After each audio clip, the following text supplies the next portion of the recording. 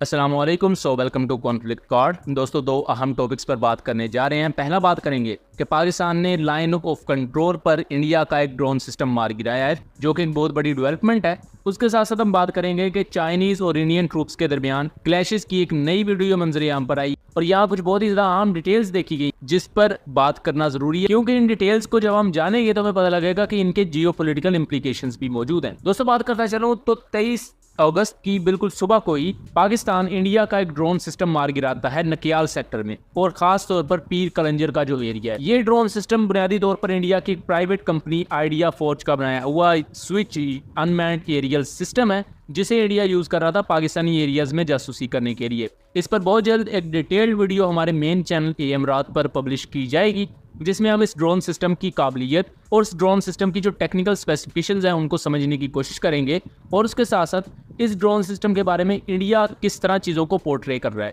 तो उस वीडियो का लिंक भी पब्लिश होने के बाद हम डिस्क्रिप्शन में दे देंगे, और मेन चैनल का लिंक डिस्क्रिप्शन में दिया होगा, तो आप मेन चैनल को जाके विजिट कर सकते हैं। दोस्तों, अभी तक इस चीज़ को कंफर्म नहीं किया जा सकता कि पाकिस्तान के किसी जंगी तैयारे ने अपने एयर टू एयर मिसाइल से इस UAV सिस्टम को डिस्ट्रॉय किया है, या पाकिस्तान ने स्नाइपर्स के थ्रू इस वीटोल ड्रोन सिस्टम को तबाह किया है। लेकिन ये बात कंफर्म हो चुकी है कि ये ड्रोन सिस्टम डिस्ट्रॉय किया गया है, और इस वक्त इसका जो मलबा है वो पाकिस्तान आर्म्ड फोर्सेस की कस्टडी में है।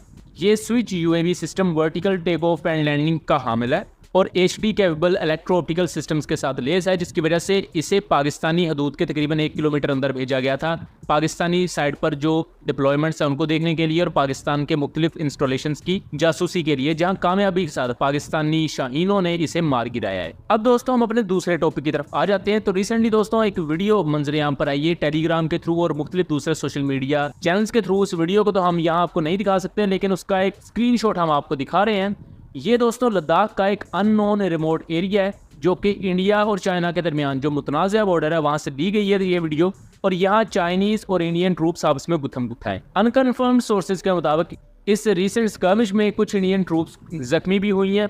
उसके साथ साथ यहाँ दोस्तों आम जो चीज़ देखी जा रही है कि एक चाइनीज आर्मी के सोल्जर ने QBZ सीरीज की एक राइफल पकड़ी हुई है। हालांकि रियलिटी ये है कि इस डिस्प्यूटेड बॉर्डर पर चाइना और इंडिया राइफल्स को यूज़ नहीं करते, बल्कि डंडों वगैरह का इस्तेमाल किया जाता है। इस तरह के जो क्लोज वेपन सिस्टम्स हैं उनका इस्तेमाल कर लिया जाता है, जैसे लाठी है और इस तरह की चीज़ें, जबकि जो राइफल्स हैं उनका इस्तेमाल नहीं किया जाता। ये इंडिया और चाइना के दरमियान एक म्यूचुअल एग्रीमेंट है। लेकिन यहाँ चाइनीज सोल्जर ने राइफल कैरी की हुई है, जो कि कहीं ना कहीं इस चीज़ को वाजे कर रहा है कि चाइना इन एरियाज में या तो उन्होंने कंट्रोल काफ़ी हासिल कर लिया है, या इन एरियाज में वो इंडिया पर काफ़ी ज़्यादा बर्तरी हासिल कर चुके हैं कि वो यहाँ राइफल्स लेकर भी घूम रहे हैं और इंडियन ट्रूप्स वैसी खड़ी हुई हैं, तमाशा देख रही हैं। क्योंकि इस पूरी वीडियो को मैंने देखा हुआ है, किसी भी इंडियन सोल्जर के पास राइफल्स नहीं है, लेकिन जो चाइनीज ट्रूप्स हैं उनमें से कुछ ने राइफल्स कैरी की हुई हैं। इससे पहले 2023 में द हिंदू, जो कि इंडिया की एक न्यूज़ एजेंसी है, उसने अपनी रिपोर्ट में ये क्लेम किया था कि जो पेट्रोलिंग पॉइंट्स हैं इंडिया और चाइनीज़ बॉर्डर पर, जैसे पाकिस्तान और इंडिया का जो LOC है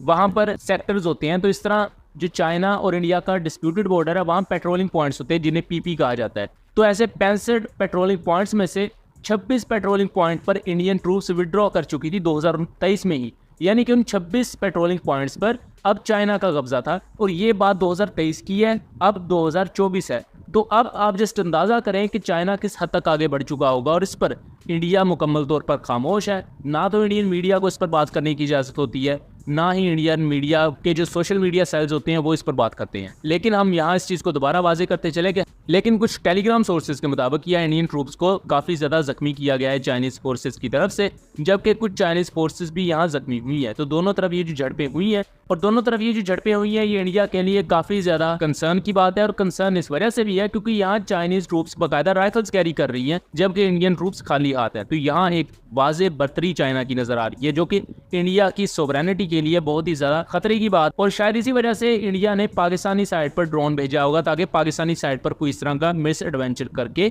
ड्रामा क्रिएट किया जाए। बट अल्टीमेटली पाकिस्तान ने भी वो ड्रोन तबाह करके इंडिया को बेनकाब कर दिया है। सो ये था एक एनालिसिस। उम्मीद करता हूँ चीज़ें क्लियर रही होंगी। वीडियो पसंद आई हो तो इसे ज़्यादा से ज़्यादा शेयर कीजिएगा एंड चैनल को सब्सक्राइब कीजिएगा। मिलेंगे अगली वीडियो में, तब तक के लिए अल्लाह हाफिज़।